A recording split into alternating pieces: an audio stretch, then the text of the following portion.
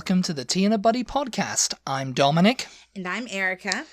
Today's episode is a part 1 of Harry and Meghan, the interview, the reaction. Before we get started, I want to do a little disclaimer here. Got to do a disclaimer here. Yeah, because we might upset a few people with our reactions. Yeah, we might. The whole premise of this podcast is that we do not follow a script. I mean, Dominic does research. We always make some notes before we start recording. But the idea of this podcast is that we want to have a chat. We want it to be in real time. We don't want to rehearse it and seem scripted, and just, we want to be natural, and we want to just have a discussion in real time, as we would with you, or as if we weren't recording this, we're just chatting to you, and you're silent, but you can hear us. But in having discussion with someone that you trust, sometimes you may say things that may otherwise hurt someone's feelings. You know what I mean? Like you may express an opinion or a viewpoint that people who don't understand you or know you personally may not get. Yeah. We have to acknowledge that we are coming from a place of white privilege. I think we'll just say that from the start, Well, yeah. We try to relate as best as we can, but obviously we can never know, what it's like to be treated the way someone like Meghan or any other person of color is treated. We're just going to talk about the key takeaways. And in this first part, we're going to talk about the key takeaways from Meghan's portion of the interview. Yeah. Because if you haven't seen it, the first half was just Meghan and Oprah talking, and Meghan was telling her side of the story. Yeah, so if you're not a fan of the royal family, then we do apologize, because this week it's all about you love this the royal family. And I mean, neither are Meghan and Harry right now, so... And next week... And they're listening, so... Next week we'll return to non-royal family related topics. Yes. So just catch us then. But yeah, so we just want to get started. We want to just jump kind of right into this interview. Yeah, we've got like 4 points that I want to make and everything, We're recording this, by the way, just so, full disclosure. We're recording this on Monday. So Dominic and I live in America. We listened to this interview, or we watched this interview last night. It is airing, I think, as we are recording we speak this in the Britain. UK, yeah. On ITV, yeah. Mm-hmm. But the interview aired on CBS last night here in America, and obviously it was conducted by Oprah. I think the title was Oprah with Meghan and Harry, which I found interesting from the start, the fact that it was Meghan and Harry, because usually when you see on social media or in any headlines or anything, it's always Harry and Meghan. Haz and Megs, yeah. Yeah, but so that just sort of caught my attention straight from the get-go, Meghan and Harry. Yeah. Maybe it was just a nod to the order of the interviews. Yeah. But, I don't know. And interesting to note that Oprah was dubbed in the British version of the interview by Benedict Cumberbatch. So. God. She wasn't really. They didn't do that. But number 1 is the first kind of take. Bombshell. The first bombshell that was dropped was pretty early on when Oprah asked Meghan, did you have any idea of what you were getting into when you started dating Harry? Yeah. And she pretty much said no. Yeah. She didn't do any research on the royal family, and, she says the first time she met the Queen, she didn't know she had to curtsy. Yeah. And because she thought, it's just like, I've been, I've lived in Hollywood and I've met big movie stars and stuff. And that's just all for for show, stuff, posing for the cameras and doing all this and, whatever. Yeah. I figured it was essentially the same for the royal family. Yeah. She thought that was all just like public persona. And once we actually go to lunch together, or, I come to visit them at home, it's going to be a different situation. It's part of she says, it's all part of the fanfare. That's what I thought it was. Mm-hmm. So there was this impromptu lunch where she first met the Queen, and they were about to go in, and Harry said, can you curtsy? Mm-hmm. And she was like, what? Yeah, what do you mean? What do you mean, can I curtsy? And she was Yeah. like, and he said, you're going to have to curtsy when you meet her and all that. And she was like, and she said, it's your grandmother. And he said, it's the Queen. Yeah. You know? She should have run for the hills right then, I think. I think that was the first sign of, like, yeah, this is going on behind closed doors too. Cameras and reporters and, you know, podcasters like us aren't there, you know. This is another animal, as they say. You know what I mean? Yeah, This is not it's not like, you're meeting George Clooney and George Clooney's like, hey, everyone, yeah. And then behind closed doors he goes, oh, I just tell them all that, you know. It's just part of part of the bit, you know. Yeah. Or this is how I really am. Here's in a real better life. example, or here's like a really easy example. Like Howard Stern, he's so like crass and rude and all of that on his show, right? But everybody who's ever met him in real life or spent any time, they're just like, yeah, he's nothing like that in person. He's nothing like that, you know, when he's not on air or being interviewed on television or something like that. The royal family is like that. You know? It's like that behind closed doors. It's like what you see is when what everybody, you get. You know, like I'm reminded of when, like, you know, like referring to the Beatles when they first met her. Mm-hmm. They said, we were told by a palace official, okay, you must never turn your back and you must do this and you must bow like this and you must never touch her unless she offers her hand or whatever. There was all these rules, and it's like, I guess she thought, oh, I'm going to be married to one of them. That's not going to apply to me because I'm going to be one of them, essentially. Mm-hmm. And it's like, no, for generations, you all got to do this. Yeah. Even like Princess Margaret, to an extent, the Duke of Edinburgh had to be like, oh, you know. Yeah. It's the hierarchy, you know? Yeah. So when she was saying all of that, in my opinion, I'm like, I can totally accept that she thought that. I can accept that as reality. You know, it was she kind thought, of like something I'm coming from a place of Hollywood and I know what that's like, so I figured this is going to be something similar. I can believe that she thought that. But as soon as she realized that, oh, this is real, like this is not, you know, what I have seen and what the way I perceive their life to be is actually how it is, you know, I don't know. I think she should have thought long and hard about whether that was something she was going to be able to handle, you know? Yeah. Because they're not a normal family, are they? No, they've been held up for generations by the institution, the firm. Mm-hmm. And that's what they kept referring to in the interviews, the institution, the firm. Yeah. It's like, that didn't necessarily mean the royals. That meant the royal family themselves, you know, Queen, Duke of Edinburgh, the family. Yeah. It meant the whole machine. Right. The whole palace aides, palace staff, the ones who thought they were so high and mighty, you know. Right. And it's like, they were the problem. Mm-hmm. More so than the actual family themselves. The people who are in charge. Because let's face it, the royal family is not in charge. They are being told what to do. No. All the way up to the Queen. She's been told what to do from the moment from the moment her dad died. Protocol. It's protocol. Her dad died, you know? Yeah.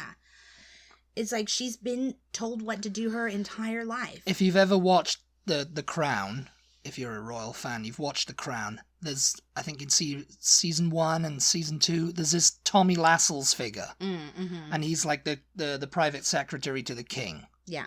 And he's like tasked with like getting a young Elizabeth ready. Mm-hmm.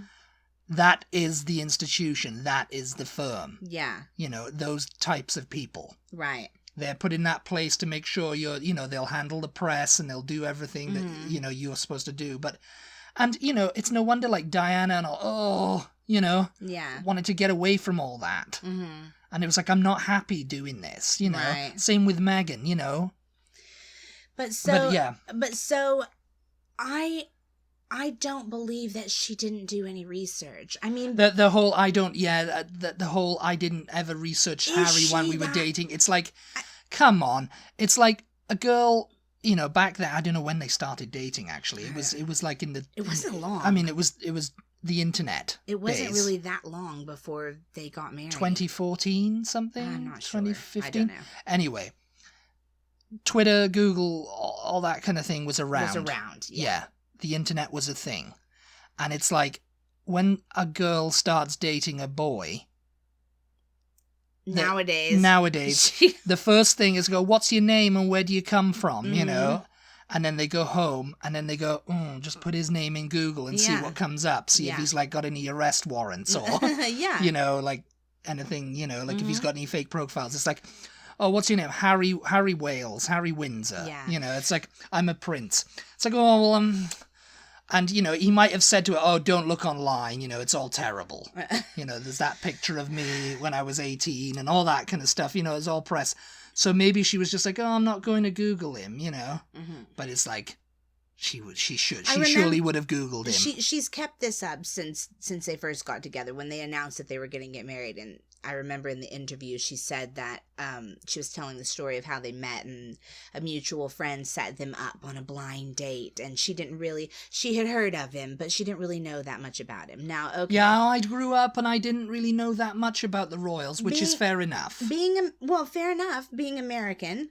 I know plenty of Americans who don't. Yeah, that's true. Couldn't really name you probably anybody except for maybe Queen Elizabeth and Prince Charles, you know. But her being, you know, the age that she is, plus having lived in Canada, where the royals are a bit more of a thing than they are in America. Yeah. They're not as much as they are in Britain, but a bit more than they are in America. Yeah. And just the fact that she knew a person who knew him, you know what I mean? Yeah. She knew something about him. Yes. She'd heard about him, especially Harry, being the age that she is. He was always getting into trouble. He was always in, like, and she's in that Hollywood life. You know, she would have seen headlines or, like, tabloid covers of, you know, that time that he was like in Vegas and the video of him naked running about at a party or whatever. You know, she would have seen something. She knew something about it. She would have known something about him. So I think from that very first time I heard her say that, she rubbed me the wrong way personally, because I just thought, well, she's clearly lying. You know, she knows a bit more than she's saying, and she's trying to make it look like, oh no, we fell in love without me knowing too much about him. Yeah. You know, and I don't like that, because it's like, well, you didn't. I mean, you might be in love, but you knew who he was, you know. Yeah. But okay, let's just quickly say she didn't know about him. She didn't do any research. Well, why in God's name, when she learned that, yeah, you are in fact going to have to curtsy, even though you're going to be married to me, because they're senior royals. Why wouldn't you go, it's not like, we're just having her feet up by the TV. Why wouldn't you go to the library and check out a book on the history of the royal family, or, like, you know, read Princess Diana's book, or, you know, something? Why wouldn't you have done something just to see what you're getting yourself into from that moment, you know? So, I don't know. Yeah. Anyway, the interview started off like that, and I was just like, okay, here we go. Yeah. Then the next thing was a story that circulated years ago in the papers, just in the run-up to the wedding, that Meghan made Kate cry. And that was a big headline. Meghan made Kate cry. And, of course, this ties in with all the whole, she bullied the staff and all this kind of stuff, you know. And I vaguely remember seeing that and just assuming it was just a completely made up headline, you know. And I mean, there was no truth to it whatsoever. And Oprah was asking Meghan about it. And then she goes, the reverse was true, actually. And that was when everything was like, boom, you know, what? That was when everyone's buttholes tightened across the country. Everybody was watching the interview. It's just like, oh, God. She said the reverse was true. She goes, a few days before the wedding, Kate was upset about the flower girl dresses, and it made me cry. And she said, Kate later apologized and brought me flowers to make amends and said sorry and whatever, you know. And then Meghan said, I'm not sharing that piece about Kate to be disparaging to her. and she was a good person and hoped that she would wanted the false stories corrected. But it's kind of like, yeah, you could have just said, oh, silly tabloid stories, look like the bigger person. The bigger person, you know, yeah. because Kate knew that but, she was... But at the same Kate time, they're the saying, opposite. oh, well, this was actually someone in the palace that switched that around. Oh, the media switched that around because, you know, the first, I'm black. Yeah. And, you know, the media switched that around to, like... to make her look like the angry black woman. Angry black woman or whatever, yeah. And it's like, that's entirely possible that they could have done that. Mm-hmm. No, I think because Kate toes the line and all this kind of stuff. I think Meghan feels like it was somebody in the palace or somebody else switched it around. Like, she didn't... I don't think that she was implying at all that Kate had anything to do with switching it around and putting the story out there like that, you know?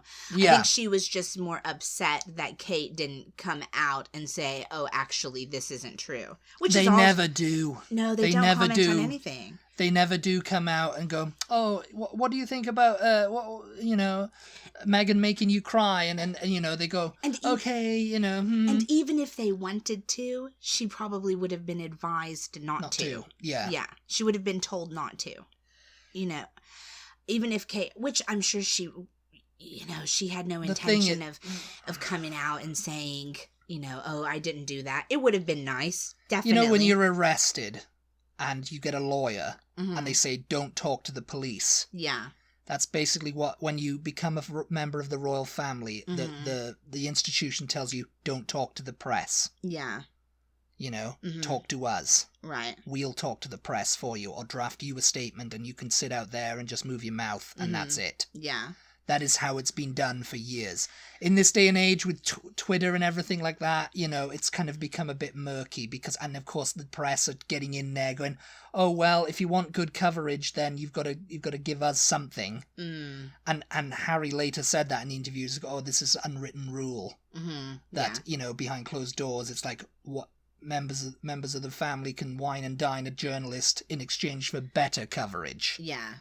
And, you know, that's happened. Nicer stories. And a more, you know, positive outlook on their work, you know, instead of all the other basically stuff, the press blackmailing the royal family to get to be friends with them. Yes. Hang out with them and be close to them. Yeah. It's really, it's disgusting. I mean, I don't think anybody would argue that it's not disgusting. It's seedy is what it is. But... You know, and I understand Meghan's point of view here, all of that. At the same time, things like this happen in families. You know what I mean? Sometimes a family member will make you cry. There will be a discussion. There will be a fight. There will be a rift, you know. And you'll cry. You'll get your feelings hurt. You might have a screaming fight, you know. And we don't know what happened with them. It was just like, oh, she made her cry. And, you know, Kate made Meghan cry. And that's it. I liked that Oprah asked her, and do you think that there was a situation where, you know, maybe Kate did cry or whatever, and you just, you know, weren't aware? You know, I thought that was a fair question, but I understand her being upset and wanting Kate to just say it's not true. She didn't have to say, actually, I made Meghan cry. I'm sure Meghan wouldn't have needed that necessarily, but she just wanted her to come out and say it's not true. But like you said, they don't comment on anything. Yeah. That being said, if it happened the way Meghan said it happened, then Kate knows that she's really the one who made Meghan cry. And she said, and Kate later apologized and brought flowers and amended it. So why not just be the bigger person and leave it there? Yeah, it's just like, you know. She could just say... I could kind of tell, like, if the truth was they hadn't pre-approved all these questions from Oprah, because Oprah says, they're not getting paid for this. Right. I'm getting 7 million, apparently. Oprah got 7 million... some figure. Yeah, you read that somewhere. Yeah, I read that somewhere. And Oprah got paid the big bucks this time, and they got nothing. Yeah. They're not getting paid for this. They haven't seen the questions. I can ask you whatever. Yeah. So maybe it was a bit of a blindsided question about, they're bringing this up, and well, actually the reverse was true. Yeah. What happened was... She could have just said yeah. it wasn't true, full stop, though, you know? Yes. And that would have made her look like the bigger person in that situation. We wouldn't have known the backstory, but to include the backstory really looks like she's dragging out all the dirty laundry, doesn't it? Well, yeah. And it's a little bit, I don't want to say trashy, but... you know, kind of trashy, really, you know, to do that for something so petty anyway, about somebody not liking bridesmaids' dresses and hurt feelings, basically. You know, that. And was not this such leads a big into deal. This leads into the next point of Meghan said she was on the verge of suicide but was refused help. Mm-hmm. She spoke about how lonely she was after she joined the royal family and, you know, the loss of her freedom. You know, she couldn't go anywhere without prior approval and all this kind of stuff. Yeah. And she says, when I joined that family, that was the last time until we came here that I saw my passport, my driver's license, my keys, all that gets turned over, she said. Mm-hmm. And then she said her mental health got so bad that she didn't want to be alive anymore. She said something that to you know, and she didn't know what she was getting into. Yeah. She didn't know. You know, this strikes very naive. Mm-hmm. Of like, you haven't really thought about this. This is not like. And us calling her naive doesn't mean that we don't feel sorry, because I did tear up at that. You know, that's horrible. That she felt like that. You don't want. And she went to the palace institution, and she went to human resources in the palace, and she was like, I need to go somewhere. I need help. Yeah. And they were like, "Oh, you're not a paid employee, so we can't help you." Yeah. You're not. You're. Why wasn't she a paid employee though? Because they were still. Well, they were being. They were receiving money at that time. Though she was already married to him at that point. Yeah, but no, right? she's not. She was a member of the family. Okay. She's so who not. Were the paid employees then? Just the members of the institution. Yeah, the firm, mm-hmm. the aides, and she went to them. Yeah. And they were like, "I'm really sympathetic, but we can't do anything for you." Yeah. Which makes them look terrible. Yeah. You know? Mm-hmm. And of course, you know, it got so bad, and there was some talk about a photo, and she says, I was feeling terrible that night, because apparently there was this gala at the Royal Albert Hall, mm-hmm. or this event. And Harry says, oh, listen, maybe you shouldn't go to it. And she was like, I don't think you're up to it. Yeah. I'll just go alone, and I'll just say you're mm-hmm. not feeling well. Yeah.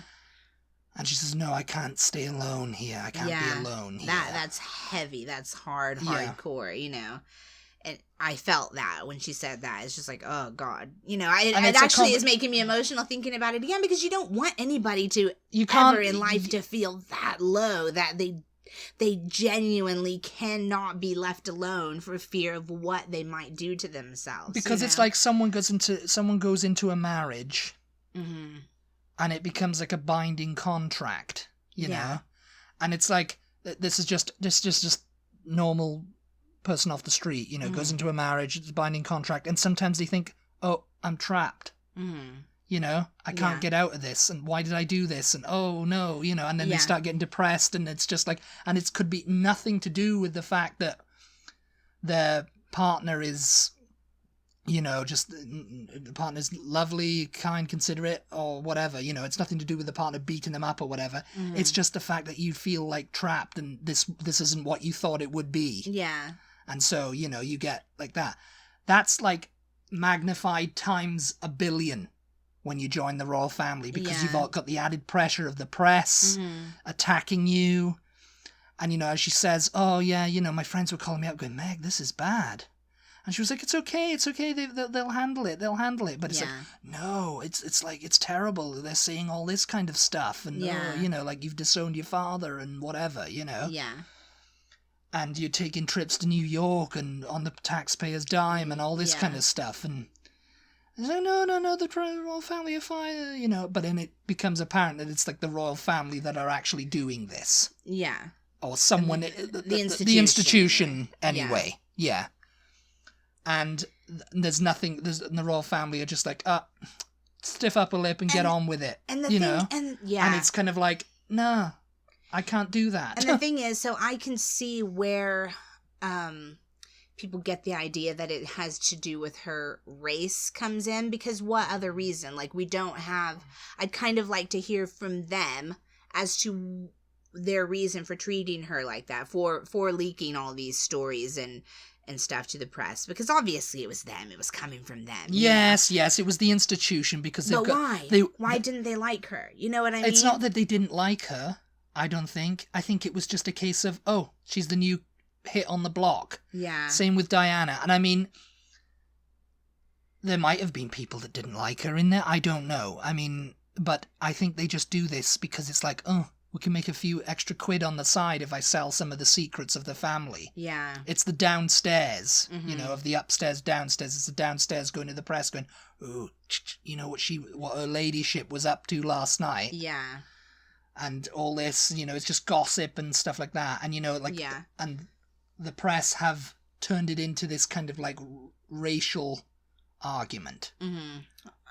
Has the press done it, or has the general public done it? Maybe it's the general public. We don't know. Well, I'll take that back, because there was that one specific headline that was obviously very racially fueled, that straight out of content. I don't know who said that. I think it might have been the Daily Mail, but Daily Mail or the Sun, they're just terrible tabloids of papers anyway. So I think maybe that's where the race thing came into play.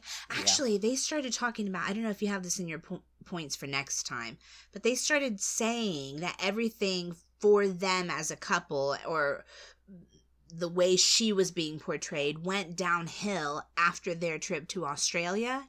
Are we going to talk about that next time? I guess we can talk about it next time, yeah.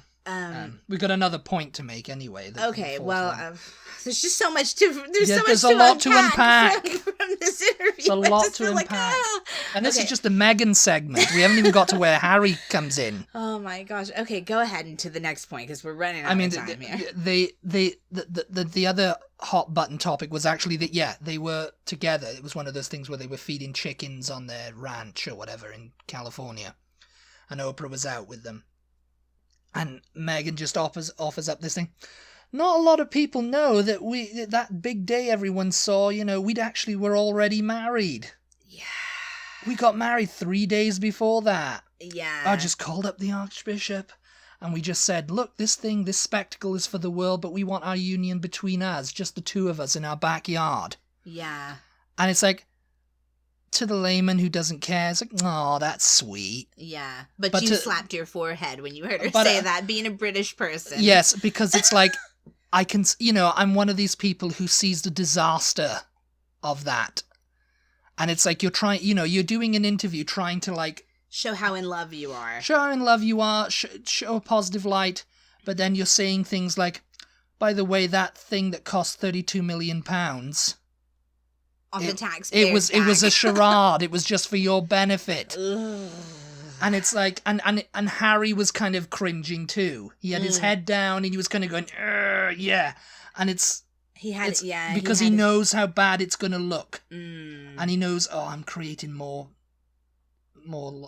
because it's like, if tomorrow the government decided, you know what, we had a talk last night and we're going to abolish the monarchy. They're out. Yeah. We're kicking them out of the palace. Yeah. They're going to have to find jobs and do everything. And, and on the basis of that interview that they gave, we've decided to do away with it. We've had this is a mini revolution, the end. Yeah. Yeah. It's kind of like, Harry's going to feel bad then. Yeah. Because it's like, oh, that was my fault. Yeah. I've kind of completely destroyed my family's way of life here now, And I mean, the thing is that family has nothing, really. They have nothing.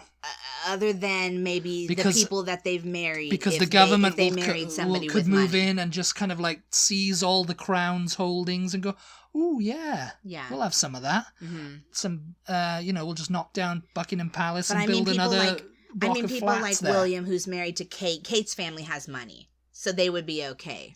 You know what I mean? Yes. But like the Queen, we'll talk about this. The Queen and Philip and, Charles. I don't know. I think Camilla's family had money also. They'll be in a doss house in Lambeth. But his siblings, it's just like everybody, the extended people, unless they married somebody who had independent wealth, then the royal family themselves would have nothing if the crown was abolished. What's Charles gonna do? Yeah. What would they do? Yeah. I mean, it's kind of like, that's it, we're getting rid of you now. This is our revolution. So for that reason alone, you kind of wonder why they would risk treating anybody poorly. You know what I mean? You said Dominic's doing a bit of work and recently had to sign an NDA. Oh, yeah. And he said, why didn't they think to have Meghan sign an NDA and to avoid all of this? And then I thought about it and I was like, yeah, she would instantly say, they tried to have me sign an NDA. Yeah. And it's like, it's just kind of like, the palace. They shouldn't, I mean, if they were smart, they would do that with anybody who marries into the family, like, as soon as they start dating, as soon as they announce we're going to get married. Non-disclosure agreement. Can't talk about this too. Can't talk about this if you divorce or leave the family. And I'm sure the palace lawyers will be like, we need to do this. Yeah. We need to get on this straight away, because it's like, think about all the people that could potentially be out of jobs. I mean, Britain as a country would lose millions of dollars in tourism. Yeah, because, people come to... Yeah, and, this is damaging. It's very damaging. It's like Harry says, we're stepping back. We didn't say we were stepping down, we were stepping back. I'm still a public servant. I'm still going to do what my family does, but, not officially. Yeah. And it's kind of like, one of those things is being an ambassador. You're kind of like the biggest ambassador to Britain. Yeah. And it's like you've just cost them, if the people decide we're going to have a vote, we're going to have a referendum, Brexit, and, all that, this is going to be another one. Should we keep the royal family? Yeah. And if that goes to like 52% say no and 49% say yes, then what's going to happen then? You know? How bad's Harry going to feel for that? If they just, okay, we're going to trigger, this is it, I mean, and I'm American, so I don't, I don't have really, I don't care one way or the other. They'd all be coming to live with Harry in the mansion over here, wouldn't he? Just like... God, yeah, and then he can just torture them all. Charles is in the pool house. Give me your passports, give me your keys. You're not going Charles anywhere. is in the pool house, and it's just like, it's like, what about the security? Ha ha ha. That was another one, but yeah. Yeah, there's just anyway, so much to talk about. We're going to talk about this in part 2. I think we'll wrap this up here and... Yeah, so tune in on Thursday for the rest of this. I know we're just lightly touching on these subjects, and there's just a lot, you guys. There's a lot. If you saw the interview, it was just like boom, boom, boom, boom, one thing after the next. It was really. it was one bombshell after the next. Yeah. And it wasn't going to be like, nothing like that happened. I knew Meghan was going to spill it. Yeah. As I said, she's not just spilling the tea, she's pouring the pot all over Buckingham Palace. The thing about the whole thing, though, is as shocked as we were watching it, was there actually anything? Did she actually say anything shocking? Not really. Not really. No. It was sort of more what was sadly not really. What was shocking, I guess, is just the confirmation of everything that we basically already knew. Right? Yeah. Yeah. It was more just confirmation. I don't think that there was anything that was really revelatory. Ground shaking, yeah. It was just the confirmation of everything that we kind of already basically knew. But yeah, anyway, tune in for part 2 on Thursday. If you're not a royal fan, then just join us next week. Join us next week for more off-topic royalness. But thanks so much for tuning in. As always, we appreciate your support. Be sure to follow us on social media. We are at TButty, TEABUTTY. That's Facebook, Instagram, and Twitter. And we'll talk to you next time. Talk to you next time. Bye. Bye.